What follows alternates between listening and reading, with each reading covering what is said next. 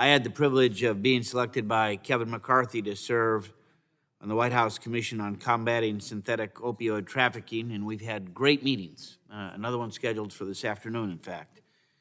And just a couple of weeks ago, I was able to send one of my staffers on a commission trip to Mexico and the southern border. That's why I'm troubled about the administration's September recommendations on fentanyl-related substances.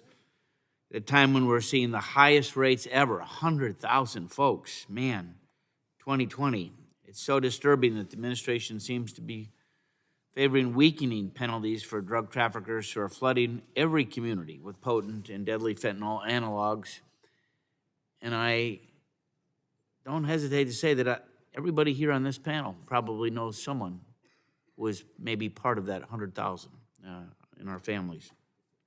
Mr. Chester, is there a concern that the Mexican drug cartels, who are large-scale manufacturers of these fentanyl analogs, are going to take advantage of the loophole by producing fentanyl analogs with arbitrarily lower mandatory minimums for trafficking while continuing to take advantage of our lack of proper enforcement at the southern border?